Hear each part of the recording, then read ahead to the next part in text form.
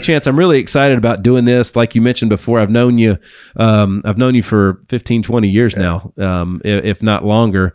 And businessman to businessman, I'm a fan, dude. It's impressive. It's really, really impressive. And there is something that is on everything that you touch, whether it's your players talking about it, or it's on walls and buildings, or on shirts, T-shirts, or hats, or anything else. It's the number 86,400. Yeah. Tell me about that. So it's one of those things that's kind of taken on a life of its own. So as a small kid, coming through high school, going through college, even younger than that, grade school, wasn't the biggest, wasn't the strongest, wasn't the fastest, definitely wasn't the smartest, wasn't the best looking guy in class. And so you kind of start to have this thing about you, and you kind of go, well, I don't have everything going my way, but my core principle that I truly believe in is that all the heroes in life, all the heroes and champions in life have not already been chosen, and you're not it. I refute that basic understanding. And so through that, you start to kind of go like, and I'm like, well, I don't have all these attributes. And then look at all these guys and heroes. They're tall, they're good looking, they're stronger, they're faster. And I'm like, well, how am I going to compete with those guys? And the one thing that I figured out that I had the same as everybody else was the number of seconds in a day. The time that I had treated me and everybody else the same. So, then you start to kind of, what does that measure, how does that kind of morph into? The 86,400 kind of came from that. And it's really kind of been my mantra looking back over my life of, as you read my intro, I kind of think I'm a normal guy, just like everybody else that's watching. But the only thing that's maybe different about me, two things I would say is different is I don't have an off switch.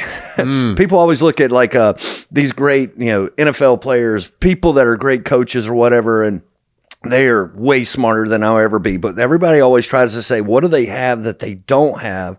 I think one of the things that I know that I probably have that I know that, people that work with me is like, I don't have an off switch. You text me at 2:00 in the morning, you're probably going to get a response. Holidays, I love my family, my wife, my daughter here today. It's the epicenter of everything that I do, but I just don't have an off switch. So that's where 86,400 kind of plays into everything that I do. And I think that it correlates very well. And all of the things that I do is that, it doesn't matter if you're the biggest, the littlest, everything, just keep going.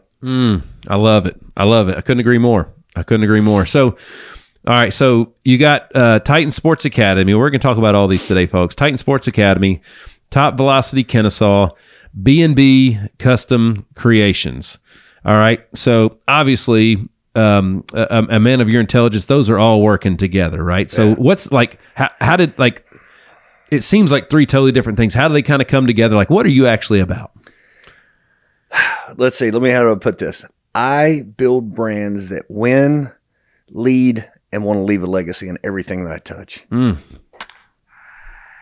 I get it now. That makes sense. Right, okay. Right. And so, and one of the things I've said to people are, I firmly believe that I want to plant trees that I'll never stand in the shade of. Oh, that's another good one. So folks, check it out. These are some of the companies that he represents or has partnered with or works with, right? So Rawlings, Easton, Lululemon, Oakley, Under Armour, just to name a few. All right, that you are doing business with through your three establishments, right? So it's kind of unbelievable when you think about it. Those are names that everybody knows. Like when you hear that somebody else say that, like it's got to be kind of crazy. Yeah, it's kind of crazy. There are certain things you do just kind of look over a surreal life of. Again, when you're caught up in that 86,400, it's a constant tone.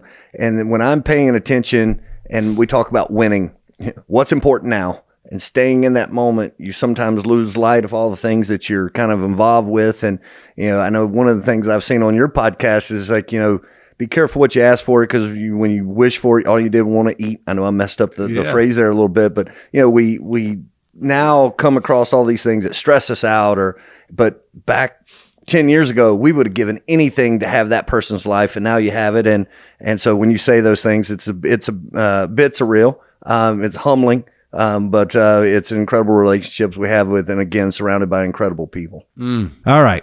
So, Chance, when I first met you, it was back in like 2010-ish. I was a couple years out of baseball trying to figure out what I'm doing in life. Dad was kind enough to give me some work over at Old Sandlot. Yeah. And we were doing a lot of stuff with you guys in the Atlanta area. And shortly after that, Titans Baseball Academy was founded. Yep. Right. So that's kind of like the nucleus, the foundation of everything you got going on today. Right. So tell me a little bit of story about Titans. When was it? When did you find it? Yeah. So I go back just a little bit further. So I had played professionally. Got my master's degree. I was lucky enough to be at University in Tennessee in 2001. Went to Omaha. College World Series, again, surreal moment, just huge event. Lucky to be part of. We had 13 guys get drafted off one team, just nuts. We were so talented. Finished third in the country.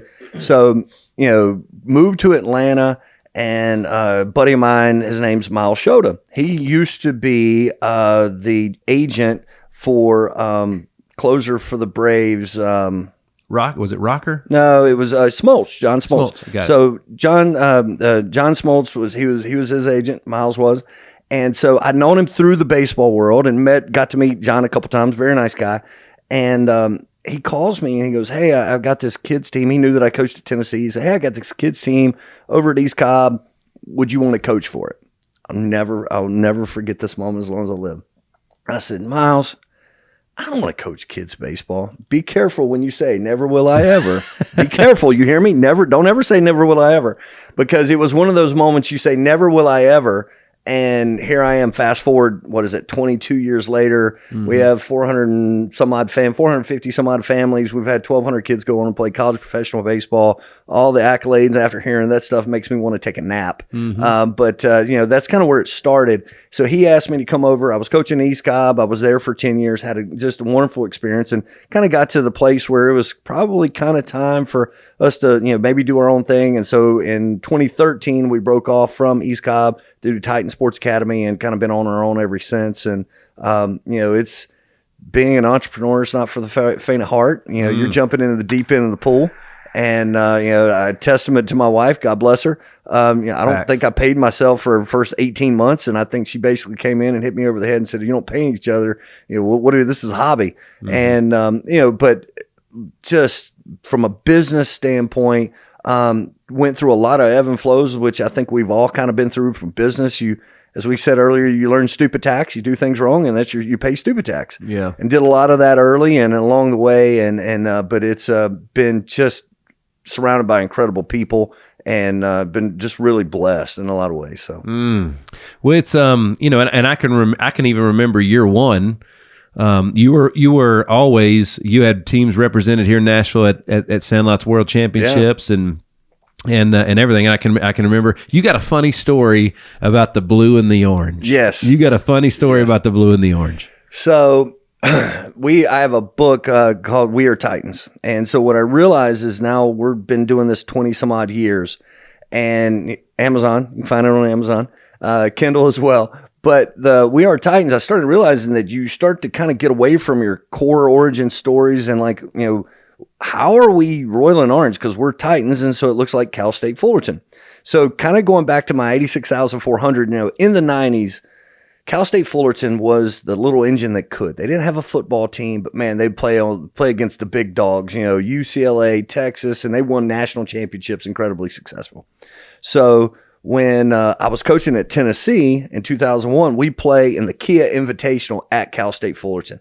We were ranked top 5 in the country, and they beat us like a drum.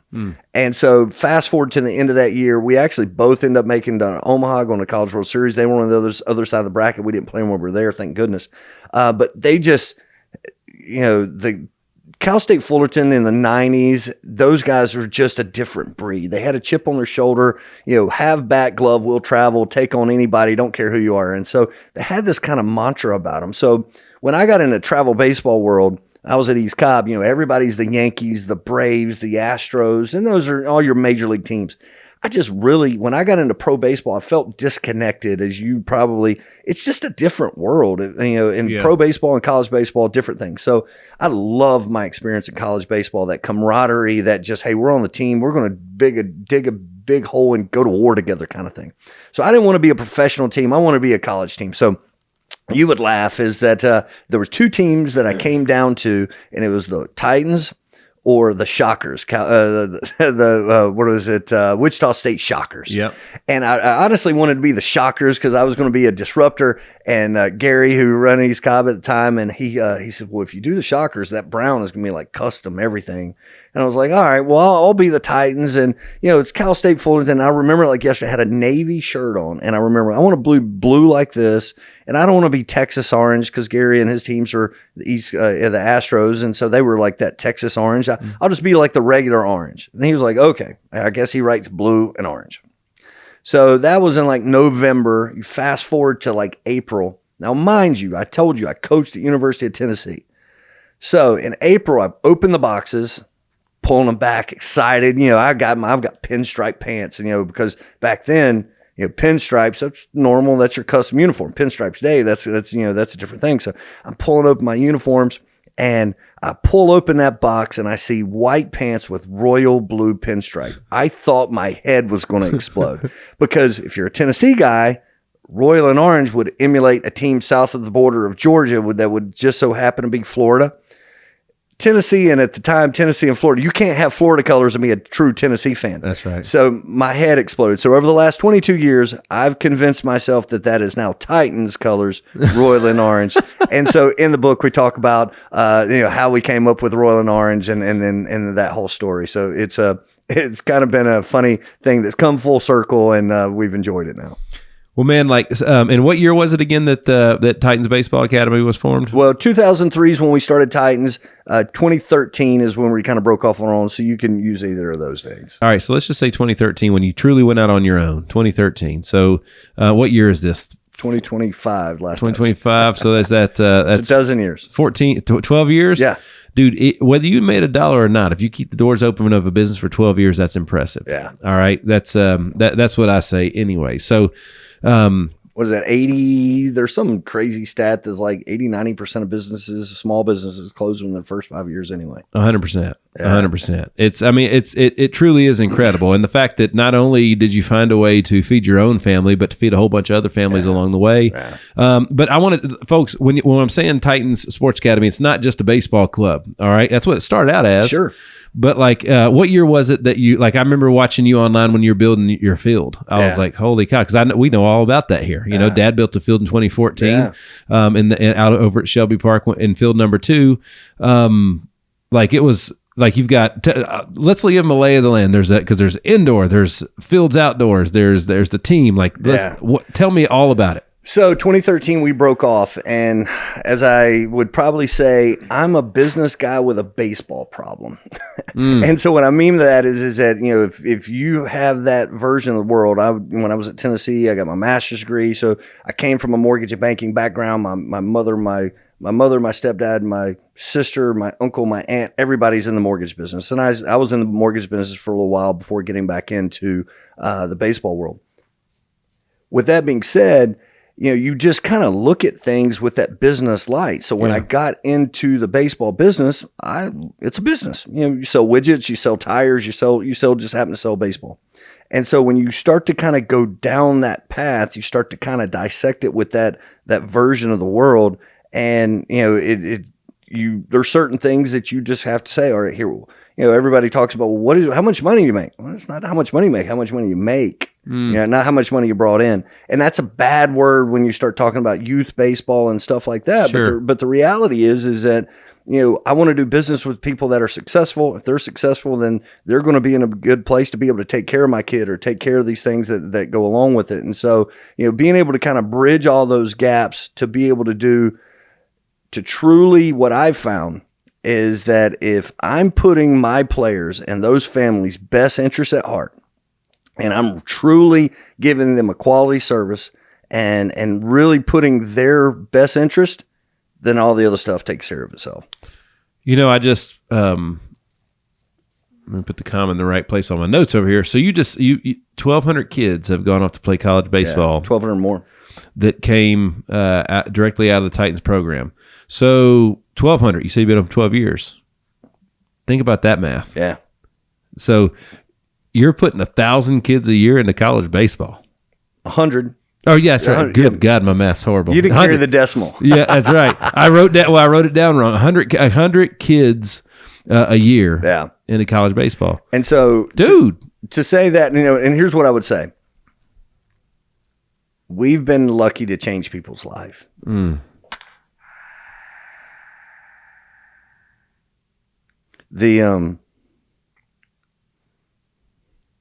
I get emotional saying that. That's awesome. This is how you know you're working with the right people. It's supposed to. Yeah. And I say that because, one, I got one sitting right out there. It's one of those 1,200. And for a long time, I would say I make comments. Excuse me. It's all right, man. It's okay. As a matter of fact, right below you, underneath your chair, underneath that little table over there, there's some Kleenex in there. So you're all right. All right. Yeah. But no, what I was saying is that for the 1,200 people that have kind of came in. There you go. Pass you a little paper. I keep paper towels everywhere. No, it's awesome. This is what it's all about. So, but the 1,200 kids that have that we've been lucky enough to be part of that process, that we've been part of. I never say that we did it for anyone because they did the heavy lifting. All we did was try to put them on the right path, tell them what to do and how to do that. And I've said, for example, we have 450 kids in the program. That means I got 450 kids that are mine. And when they come in the program, I treat them like they're mine. Hey, pick up at the trash. What are you doing? Don't be a knucklehead. Come on, jackwagon. They're my kids. In the same way that the one sitting outside, I treat her in the same way. So when, everybody shows love in a different way, my love language is I give you my attention, I give you my focus, and you get all of me. You don't get part of me. And so again, the best moments for me is when I get the phone call of, hey, I'm going to Young Harris. There are people listening right now that have no idea where Young Harris is, right? But when the kid calls me and said he's going to Young Harris, I'm shedding a tear, right? Because I know that that's changed his life. Not his week, not his month, changed his life and his whole trajectory of where he's going to end up. And if he never calls me and says thank you, I don't care. That's not what it's about. I know that I've tried to help him along the way, and then at some point in time, he's going to pass that forward.